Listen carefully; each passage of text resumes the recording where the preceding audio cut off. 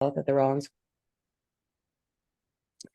Dr. Hogue is a former director of the Federal Centers for Disease Control Division of Reproductive Health from 1988 to 1992, and she received her MPH and PhD in epidemiology at UNC Chapel Hill.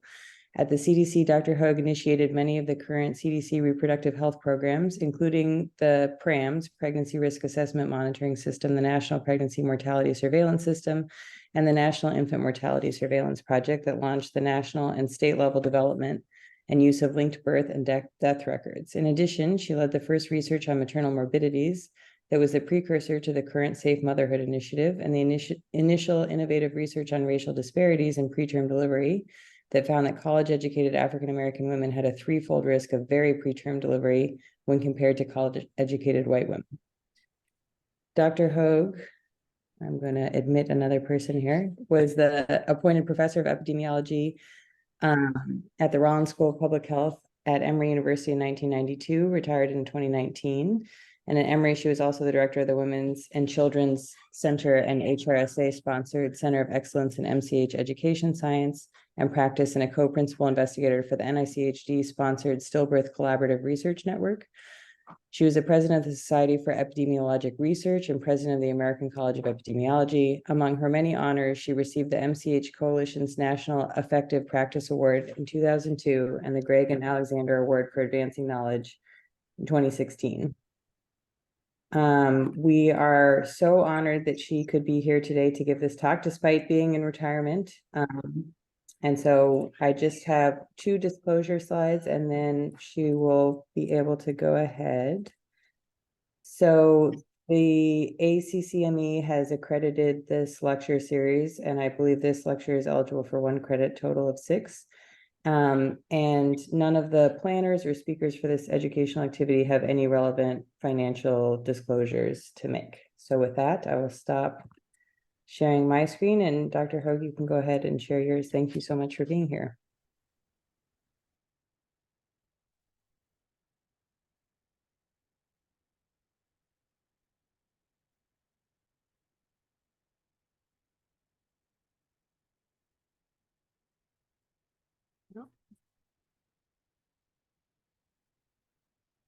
Again.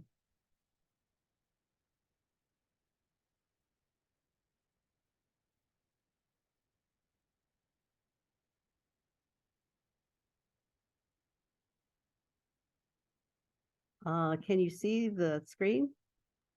No, it's just black, actually. I can't see it either. That's weird. We could see it before. Huh. Well, I've never had that problem. 1 participant can share at a time. Okay, but nobody else is trying to share, right? Right. When it showed up, it looked like it was at the end of your presentation. So I don't know if you could click on the first slide or something. Right now it's there. Right. And now if you just Now just go to your from beginning. screen share. Right. From beginning. Try that.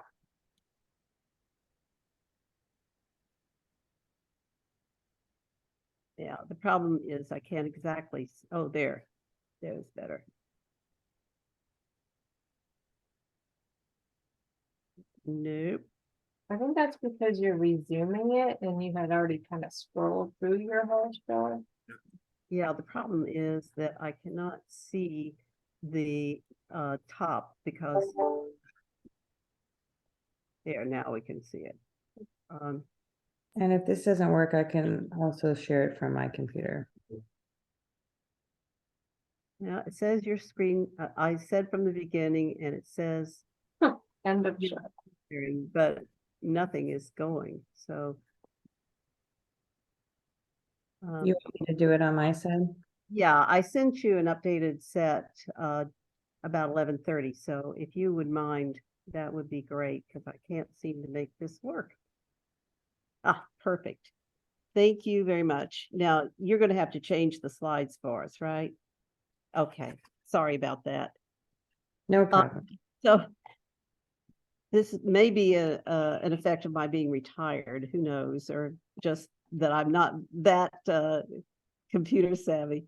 But anyway, thank you so much for inviting me to speak today about this topic. It's one that's very close to my heart.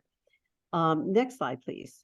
And I have no relevant financial relationships, and I take full responsibility for errors in this presentation. I'm sure there are some.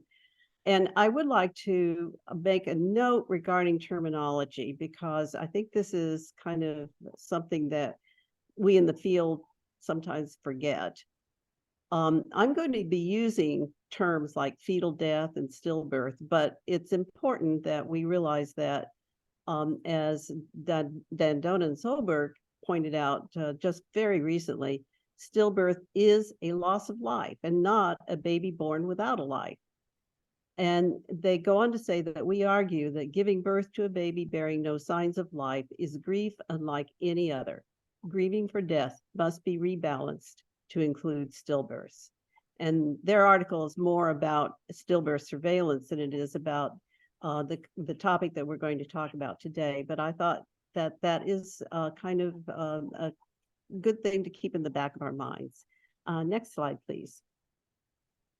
So some definitions for anyone who is a little unfamiliar with this term, this field.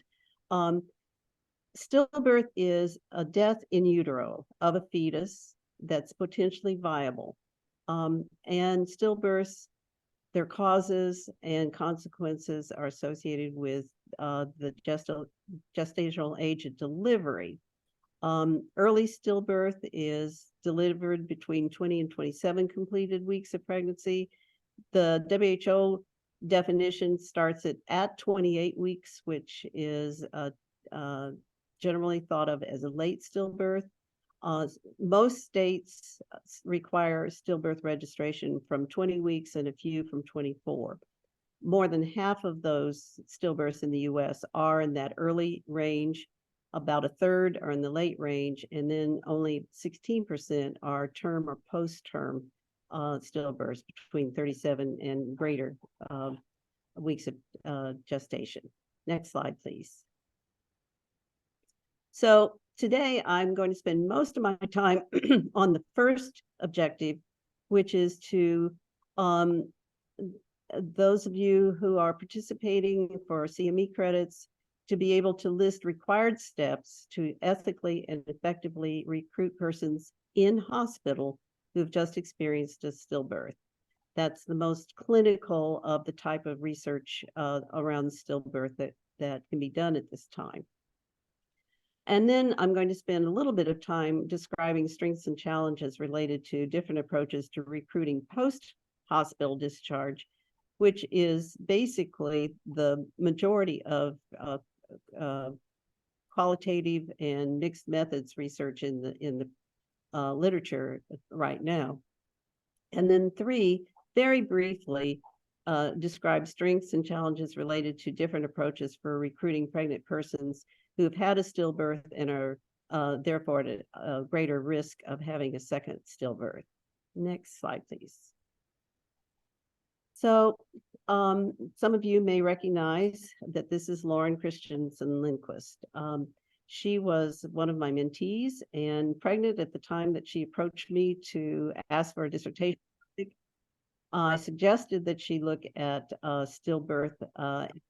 She was first extremely reluctant to do that given her condition, but decided that she would and has become a leading advocate for stillbirth surveillance and research. And in December of 2021, she gave a presentation to a congressional briefing on the possibility of the SHINE Act, which is in process. It was approved by the House immediately after this congressional briefing and has bipartisan support in the Senate, but did not pass the Senate in 2022 and was reintroduced in the Senate by several senators this summer.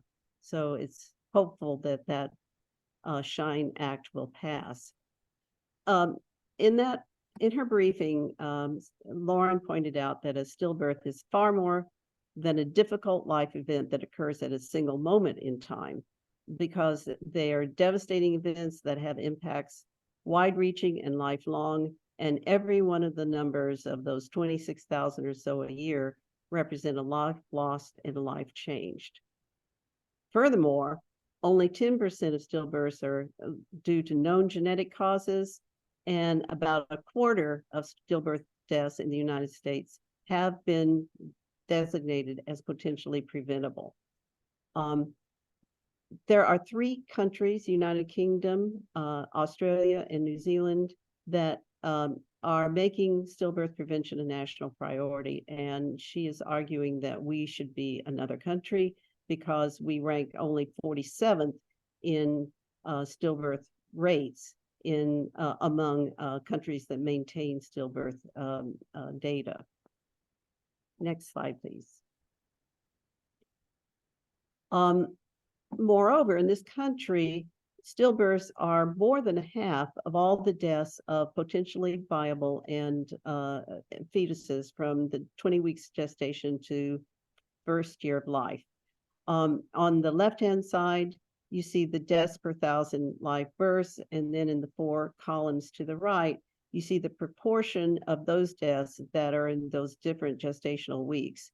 More than a quarter from 20 to 27 weeks, about a quarter from 28 weeks to post-term, and then among live births, the neonatal deaths under 4 weeks after birth, about a third, and then only about 16% after the first month of life. Next slide, please. Another reason to think about being involved in stillbirth research is that this is very much an emerging field. I did a little crude analysis of articles that were for which the human stillbirth was a topic. And as you can see from these decades, beginning the decade I was born up until now, there seems to be a slight increase and then a jump in the 80s and a continued accelerating number. And in fact, the decade that started in 2015 is on track to have more publications in this decade than all the other decades combined. So it is definitely a topic that is rising in people's attention that needs to be addressed further. Next slide, please. So this is going to be a slide that we click through. And I'm going to refer to my notes here. Just a second.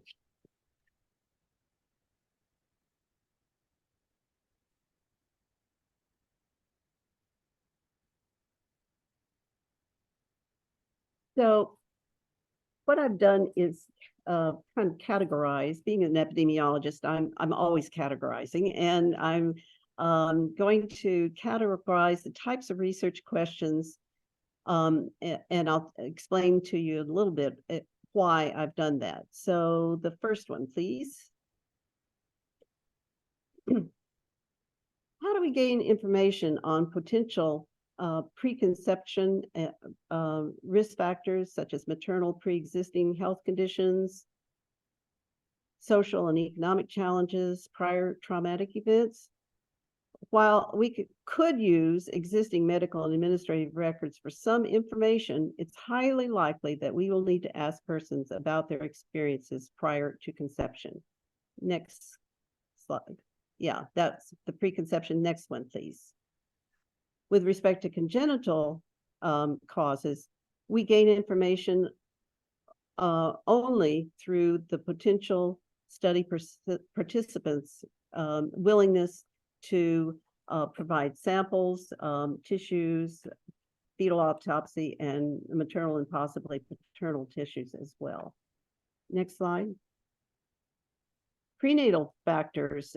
We could obtain de-identified vital records But the fetal death certificates contain very little information on maternal and interpartum events and wouldn't give us a whole lot of information that would be useful in going forward.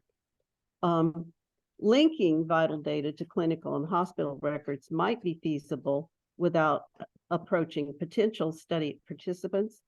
But as you know, these records may not be sufficient to address personal behaviors and social determinants such as food insecurity or stress.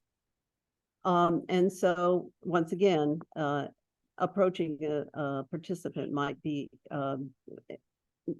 called for. Next slide, please. Intrapartum events per se should be accessible in electronic medical records, but contextualizing these events may require interviewing the medical personnel and also possibly the patients. Next slide, next click, please. For those affected by the baby's loss, how do we know what their mental and physical health consequences might have been without asking them? Next click, please. And any research on the prevention of subsequent stillbirth that involves randomized trials will require recruitment and monitoring of persons prior to or early in their next pregnancy and perhaps after they deliver. Finally, one more click. Thank you. In short, all these topics will likely require interaction with pregnant persons and sometimes those around them.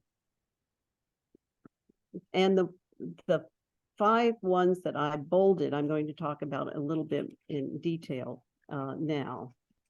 Next slide, please. I was the co-lead along with Dr. Barbara Stoll for the Emory site of the Stillbirth Collaborative Research Network we fondly refer to as SCREEN. It was a case control population-based study of the scope and causes of stillbirth. There were 4 additional sites, each with 2 co-leads, along with the co-leads from our founder, NICHD, and the co-leads of our data coordinating center at RTI International. We comprised the steering committee for this study. Since it was a collaborative agreement, the study itself was not laid out as a contract, and it was not an investigator-initiated R01 type, and that required us to come up with a lot of the details of the protocol through the steering committee. Next slide, please. This gives a little overview of our first year beginning in 2004. And our first task in finalizing the protocol was to last for the first year.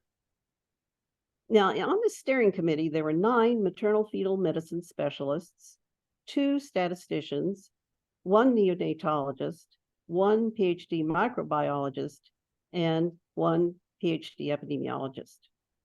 We also added our study coordinators to the steering committee.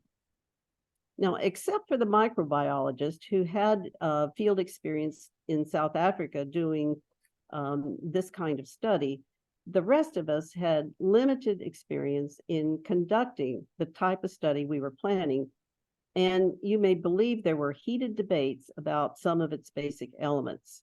I won't go into one of the ones that really burned me out, but I am going to talk about one that I think is very relevant to our conversation. It was the second most heated debate, and that was how to ethically recruit and interview women who had just delivered a stillborn infant. Some argued that women should only be approached to consent for placental saving, consent for a fetal autopsy, consent for a blood draw, and then also be consented for a follow-up interview after hospital discharge, because they might be too upset to be interviewed and might not give accurate information or just be upset by the whole business. Others argued that women should be allowed the option of providing the interview, which was going to last 45 to 50 minutes while still in the hospital. Neither side could convince the other, And so we agreed to raise the question with a group of advisors, including parents who had recently or a long time ago experienced a stillbirth. That group saw no ethical barrier to interviewing women in the hospital if they were able and willing to talk at the time. So the steering committee agreed to include that aspect of testing out that in the pilot study. And the pilot study was involved finding 4 cases in each of the 5 locations. Next slide, please. We discovered that most women were willing and sometimes even eager to share their experience and engage in an extended interview while still in the hospital. This was also the time that hospitals were increasingly discharging patients within 24 hours of delivery if they had no complications. Recognizing that locating recruited participants a month after discharge might be difficult and lead to missing out on important information that they could have provided, we as a group agreed that it was ethical, feasible, and desirable to recruit as soon after delivery as possible, and depending on the person's ability and willingness, complete the interview at that time while offering the option of completing it post-discharge. Study coordinators for each clinical site received training together at a central location, and after they were certified by a standardized computer-based system, they conducted similar training and certification for the other site staff members. Next slide, please. As a result of training study personnel and presenting the study protocol to all related hospital personnel, most fetal deaths had autopsies. Placental retrieval was also high, although not as high among the women with a live birth, because the placenta in many cases had been discarded before the women could be approached. This table presents data on women who delivered a singleton stillbirth or live birth. You can see the consent was high, 85% for stillbirth, 99% for stillbirths and 94% for live births, but the retrieval was only 85% for stillbirths and 69% for live births.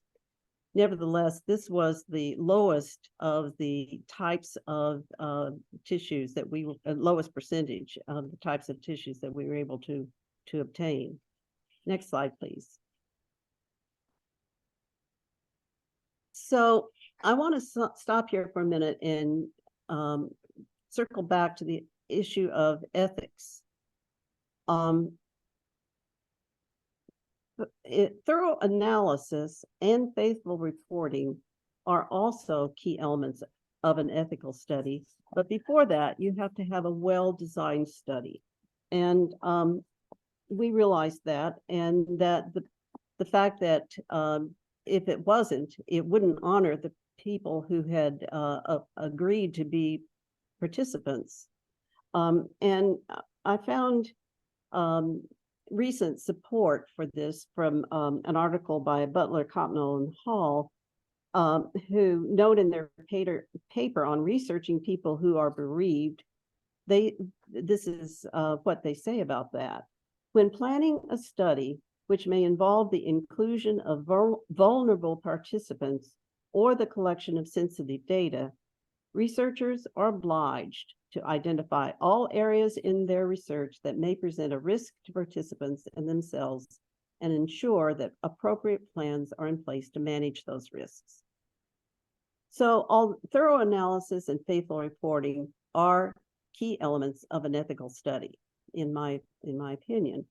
And we have tried to adhere to that by doing a thorough and continued analysis of the wealth of information that we obtained.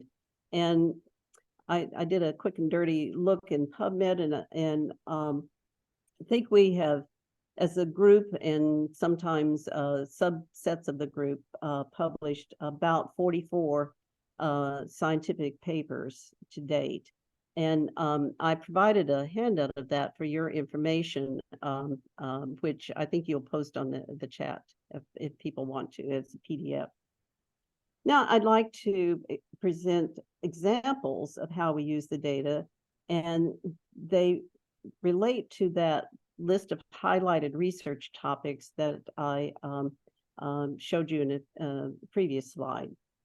The interview itself consisted of two major components and lasted for a total of 50 minutes or less. And next slide, please. The first component was to be done in hospital in any event, and it included these topics. The language was always in the woman's language, either English, Spanish, or with an interpreter. Social situation included things like Medicaid status and marital status, living situation, etc. Demographic information, reproductive history, complications, early indications of any fetal problems if they had noted any, and a healthcare provider list that we then approached the health providers for prenatal records in each of their areas. So next slide, please. To look at this element from a preconception perspective, we ask the question of whether a short interpregnancy interval is a risk factor for stillbirth. And this is a somewhat controversial topic. Some say yes, some say no, some have data to show yes, some have data to show no. And one of the reasons is that interpregnancy intervals are also associated with potentially confounding variables. And it is important to be able to sort those out. So what we found was that the short interval, when compared with the ideal interval of 18 to 23 months. Now, by interval, I'm talking about the ending of a previous pregnancy, whatever that outcome was, and the conception of this index pregnancy, not the length of this pregnancy, but just to the point of the conception. And in this study, after controlling for those potential confounding factors, you see that less than 6 months was associated with about a 60% increase in the risk of stillbirth in this index pregnancy, whereas 6 to 11 months and 12 to 17 months were not. And in parsing out the difference between the crude and the adjusted and what that meant in terms of how much we could attribute the crude risk to the actual interval itself, we concluded that about a fifth of the association of the prior pregnancy loss may be attributed to the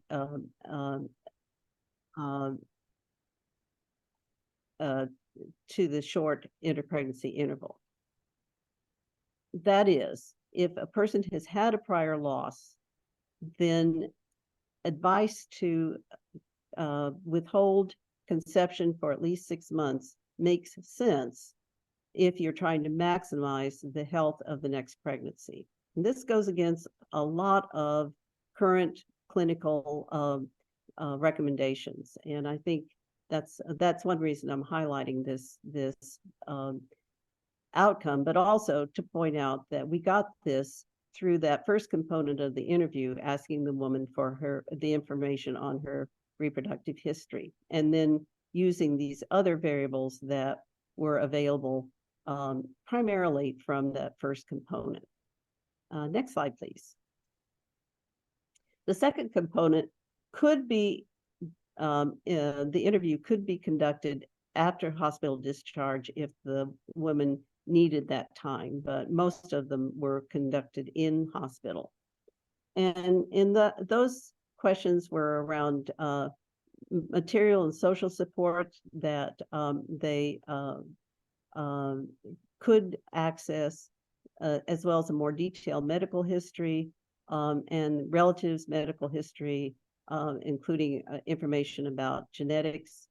And we also had a few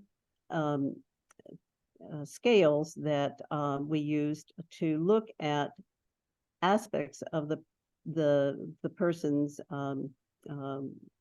psychosocial milieu, the trait anxiety and the trait anger, not state, because we assumed that the state would be elevated in one way or another by either the live birth or the stillbirth, and the 13 item significant life events, not a scale, but it's a list that was developed for PRAMs. And also questions about whether the pregnancy wanted, as well as histories of over-the-counter drugs, herbals, and illicit drugs. And we received a waiver of confidentiality for that information. Next slide, please.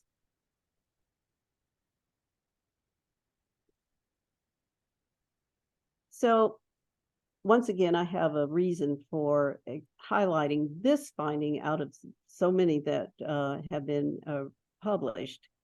And that is that stillbirth is associated with lack of WIC participation, particularly among non-Hispanic Black women. If they accessed WIC, they had only 34%, their stillbirth risk was reduced by 73%, 76%. Whatever that percentage is, 68%, I can't subtract. But anyway, the odds ratio was below 1 for these women and not for the other women. And our conclusion about that is that WIC seemed to be most beneficial to women with the greatest risk factors for stillbirth. And we feel that with WIC participation being less among white women, that they were missing the boat. And if we can emphasize WIC participation for all women of high risk, that we actually might be able to prevent some of the stillbirths from occurring. And this is something that could be done, but not with a randomized trial, not with interviewing women during pregnancy, but rather through a kind of natural experiment based on WIC utilization, differentials, and access, etc. But that could be done, and I think, in my view, should be done. Okay, next slide. This is an example of congenital causes of stillbirth. And I'm including this one because prior to our doing the stillbirth study, the Smith-Lemli-Opitz syndrome was something that clinicians were strongly recommended to screen for, because there were many more cases per 1,000 among stillbirths than there was in along live births, and so it was assumed that it would be something that should be screened for during pregnancy. But we didn't find that in the screen study, and probably it's because those pregnancy losses were prior to 20 weeks. As a result, the clinical team on the Stillbirth Network recommended that routine screening for the Smith-Lemli-Opitz syndrome should not be done unless there were clear signs that it was indicated. Next slide, please. In the antepartum part of the study, this was something that I felt was one of the most important findings in the stillbirth study has had to date. And that is that a large proportion of the women who underwent cesarean delivery of antepartum deaths didn't need to have a cesarean and shouldn't have had a cesarean. And so in the published version of the conclusion was, our data supports recommendations to reserve cesarean delivery in stillbirth for exceptional circumstances. If you read between the lines, the answer is don't do it unless you have to do it, because the fetus has already the fetus isn't going to be helped by this. And if the woman isn't going to be helped, why do a cesarean and expose her to risk immediately and to her subsequent pregnancies? Next slide, please. So in thinking through this, I mentioned that I was really glad to have an opportunity to think through it. In hindsight, I don't think we did a good enough job of involving our local communities, and we didn't do enough of an ongoing job. The first, we did have a national advisory group, which involved a wide variety of people. That advisory group, as I mentioned, was very influential in the way that we devised the study itself. But in my view, we didn't have a kind of an ongoing group who could look over our shoulder and say, have you thought about this? Is this, we've raised some issues. You know, there weren't any things that raised issues of risks clear, but I still feel that if we had been more attentive to the community, we might have been able to do more with them and do more locally as a result of the study. So these are just the things that I would do differently if I were doing this study now. Okay, I'm going to, I think that finishes this part of this my presentation. If you will go to the next slide, please. So number one is I am about to wrap that up with a summary of the lessons that I think I have learned and shared with you regarding the ethical considerations for this kind of study, in-person hospital recruitment. So go to the next slide, please. So it's ethical, feasible, and desirable to recruit as soon after delivery as possible, and depending on the person's ability and willingness, complete the interview before discharge. Thoroughly collect and analyze relevant materials as an honor to the participants' consent to interview, to have a fetal autopsy done, and to have tissue sampled. Involve the community locally with attention to diversity and inclusion. Routinely meet with community representatives. Involve a local clinical advisory group to improve compliance with saving placental tissues, for example. And follow up with participants within 1 month of the interview and at regular intervals for up to 2 years. Next slide, please.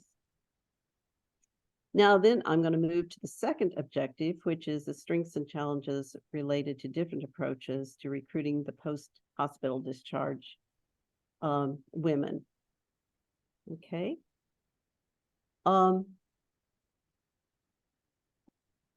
So one of the things that I think we struggle with in trying to recruit people after the fact is to get a representative sample of people. Volunteers are volunteering for a reason.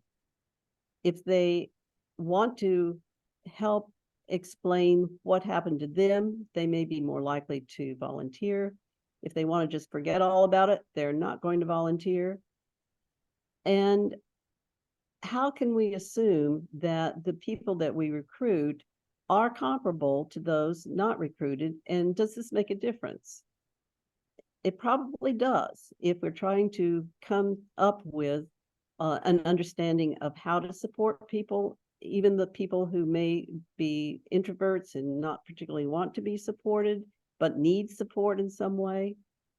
And what we found in the Stillbirth study, because we did recruit in hospital, is that women with healthy live births that had been unwanted prior to birth were less likely to be located and administered the Edinburgh, which is a measure of depressive syndrome symptoms.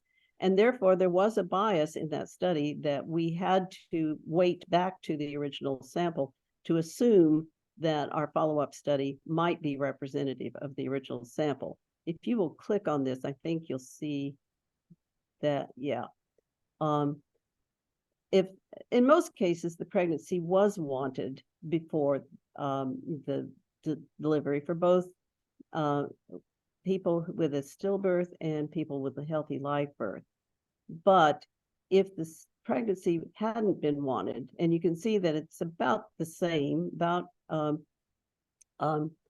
the Edinburgh score for the pregnancy not wanted was high for both stillbirth and healthy live birth, but the adjusted odds ratio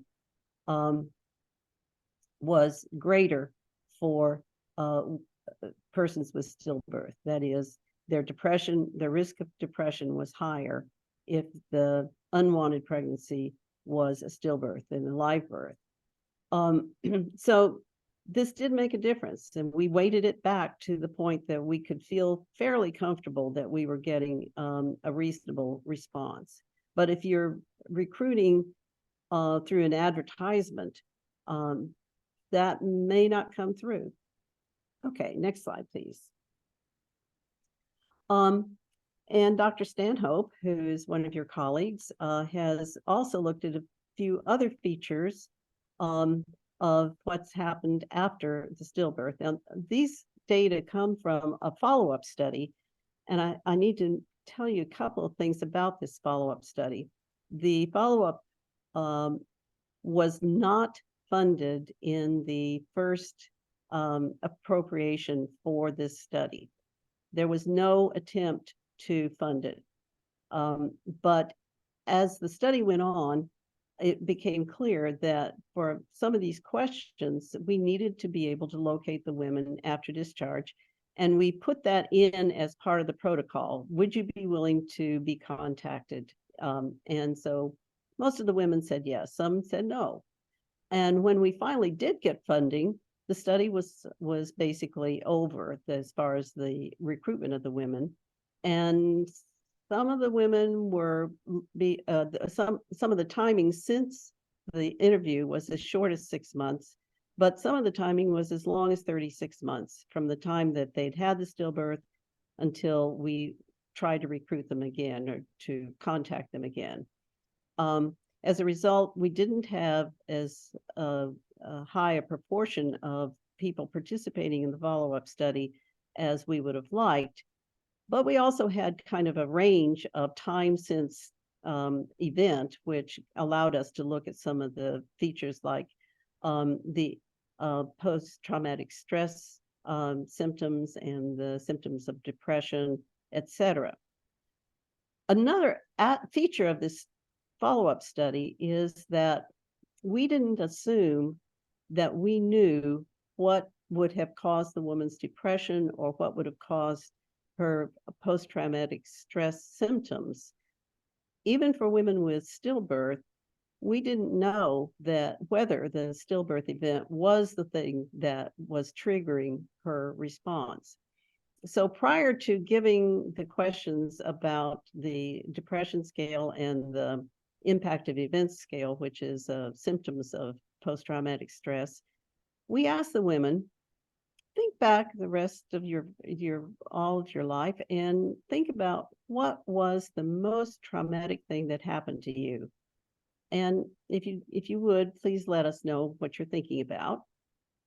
And now think about that as you answer these questions. Well, a little slightly more than half of the women with stillbirth said the stillbirth was the most traumatic event that they'd had. But that meant that nearly half of the women with stillbirth did not consider that. Some had other deaths that they were thinking about, deaths of spouse, deaths of parents, deaths of pets. And one of the most salient things was that there was a substantial number of women who reported having childhood sexual abuse. And when they did have that, they were less likely to list stillbirth as their greatest significant life event. We would not know that if we were trying to recruit women off the street, if you will, with advertisements. Then we also discovered that women have different ways of coping with grief because we had a diverse sample. We found that non-Hispanic white women made up a disproportionate amount of those recommending memorializing, having a footprint of the baby, a picture of the baby, holding the baby, etc. Most wanted and most did hold the baby, but in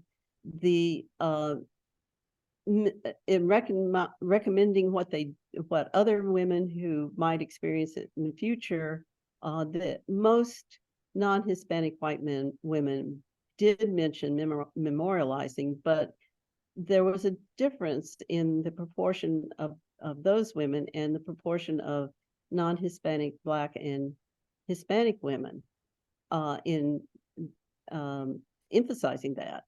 Non-Hispanic, Black, and Hispanic women made up a higher proportion of those recommending prayer or other internal spiritual coping methods, and Hispanic women in particular recommended strength and acceptance as a coping method.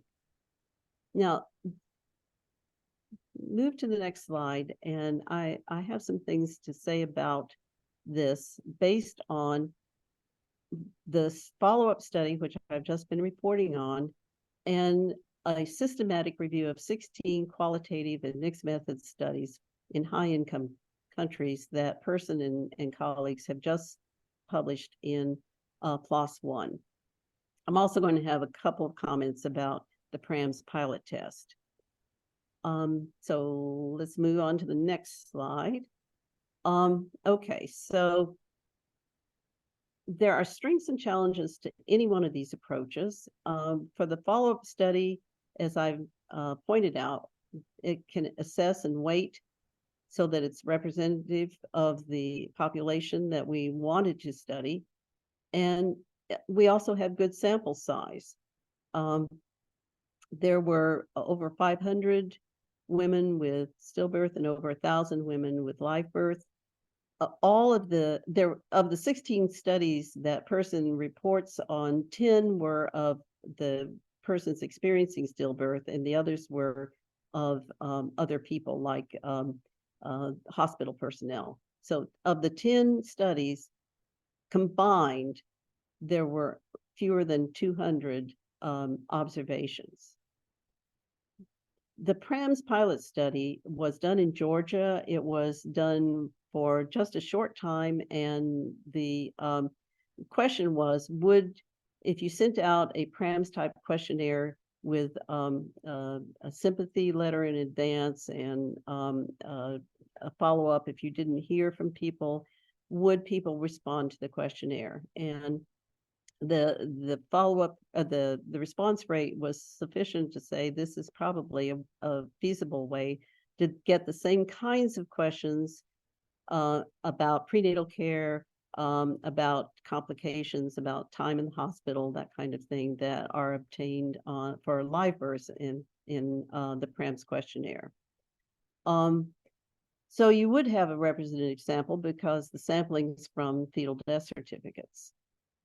In recruiting a diverse sample, we were able to do that with the follow-up study and also with PRAMS. And it's possible that you can do it with advertising for a qualitative type study. But in fact, every one of those 10 studies was done in Canada or Europe, not one in the US, and all of them of people of European ancestry.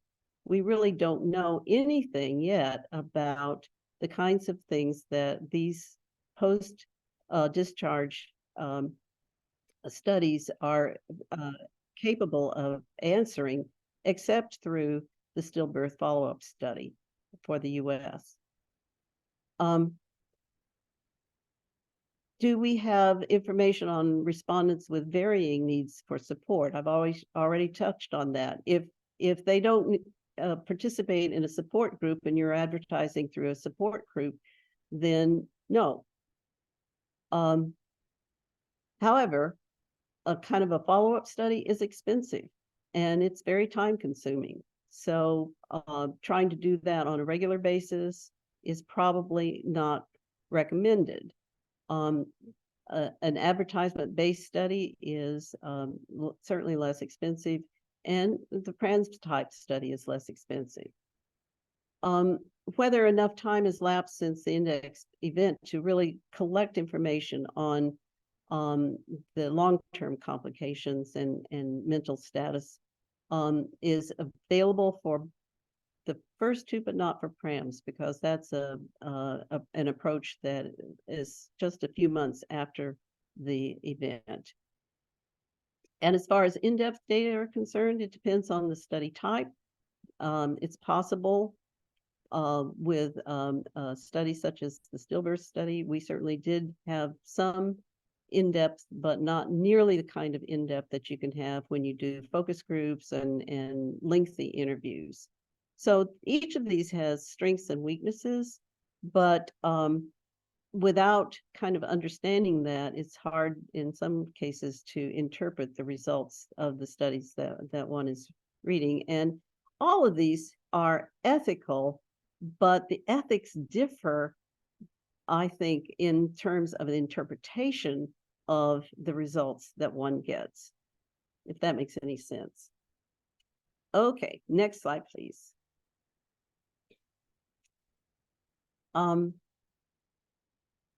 This is the very last topic, and that is regarding randomized trials.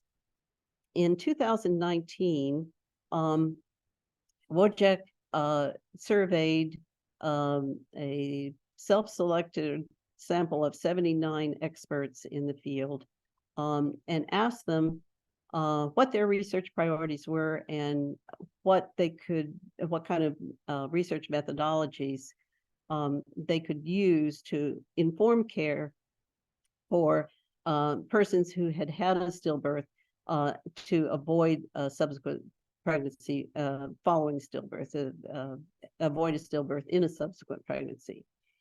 And they found 5 priority research, let's go back to that one. 5 priority research topics. And there was support for randomized trials in this area, but as they said, the panel remained divided on the ethics and feasibility of such trials. And they concluded that engagement with parents and families is a critical next step, which I think they are doing. I'm not sure. Okay, go on, please, now to the next one. These were 4 of the top priorities. And what I'm showing you is the percentage of health professionals who said, no, this is not ethical. We can't do this. And it ranged around 1 in 5 to 1 in 3 individuals saying, no, medical therapies for placental dysfunction, not ethical.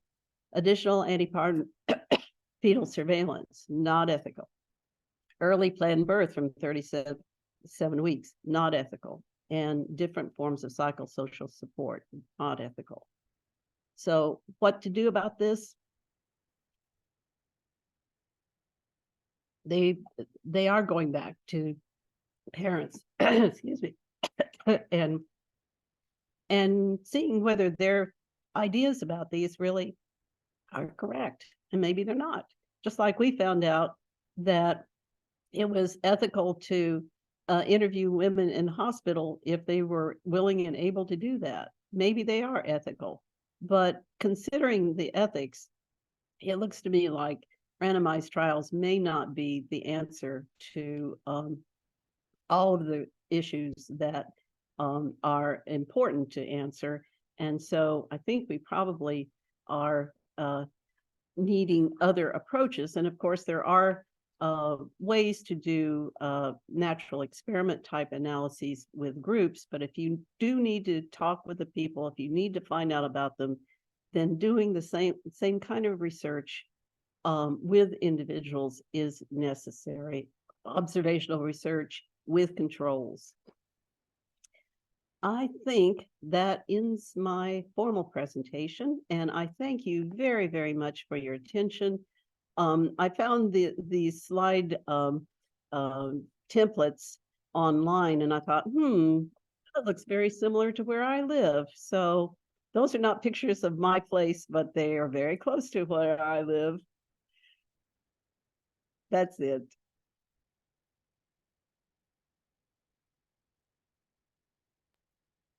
Well, I'm gonna invite people to ask questions, but I'll take the prerogative for the first one, if that's okay. Thank you so much for this wonderful presentation.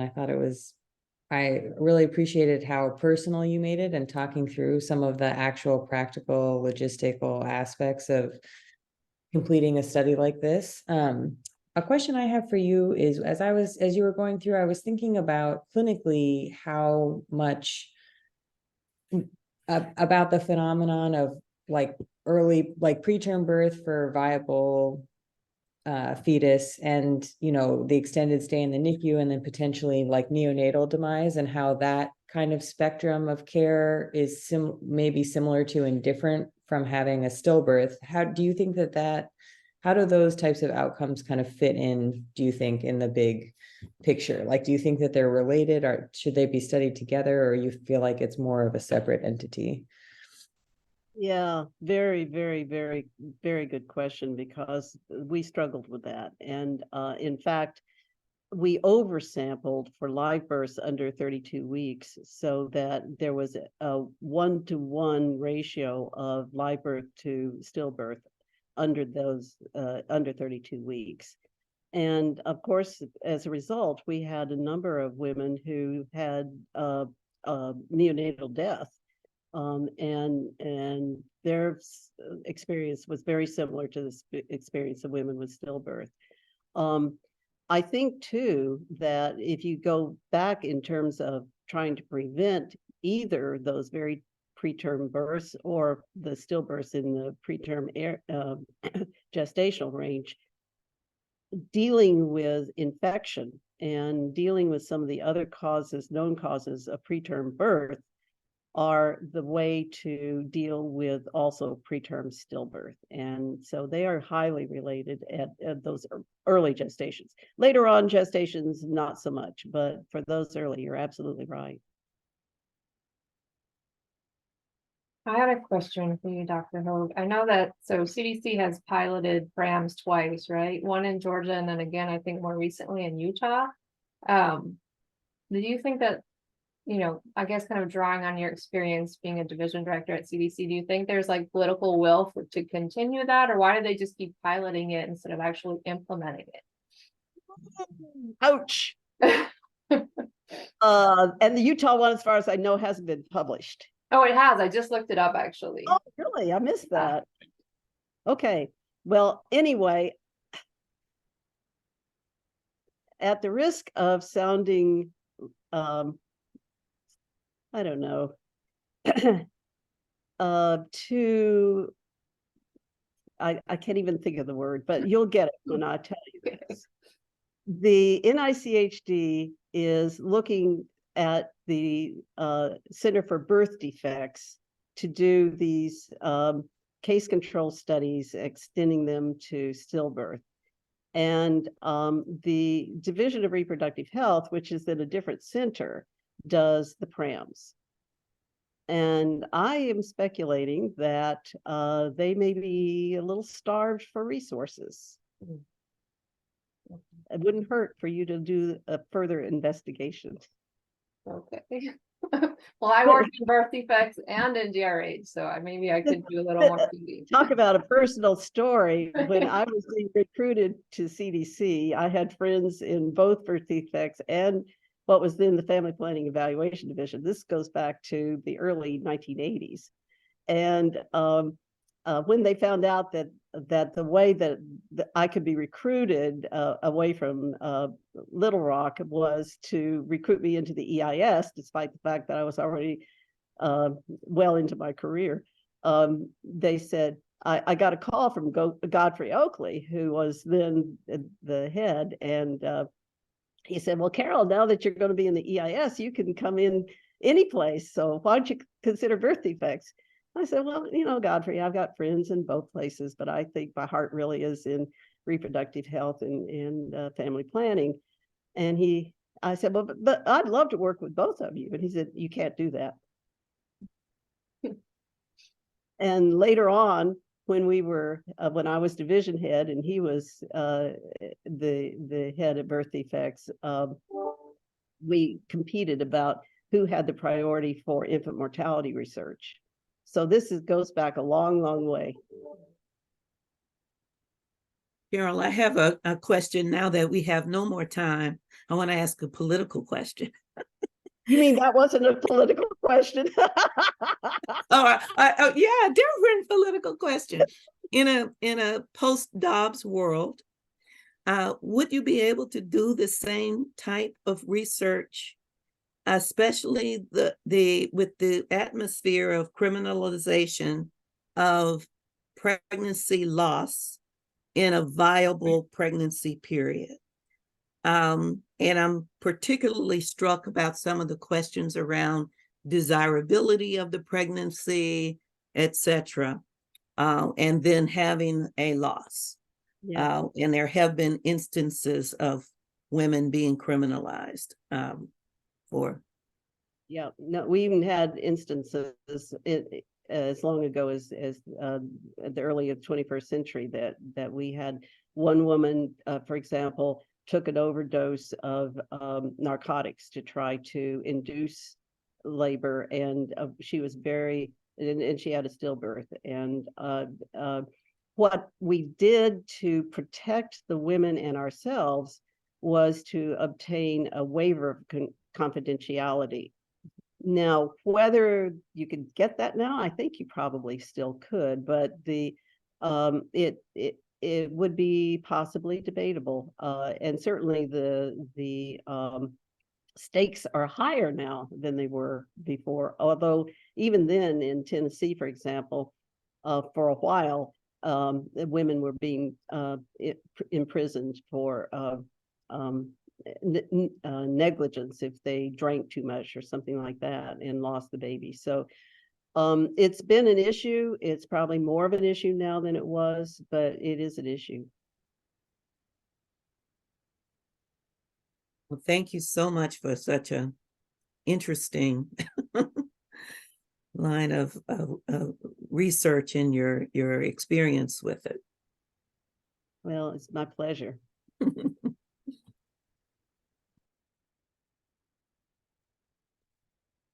I agree. Thank you. Thank you so much. And thanks everyone for coming. And I saw you put your contact information on there if anyone has additional questions. Absolutely. Yeah, we will send out the slides and then a link to this recording to everyone who registered. So even if they didn't come, they'll still be able to access the materials and that handout you gave us. So thank you so much.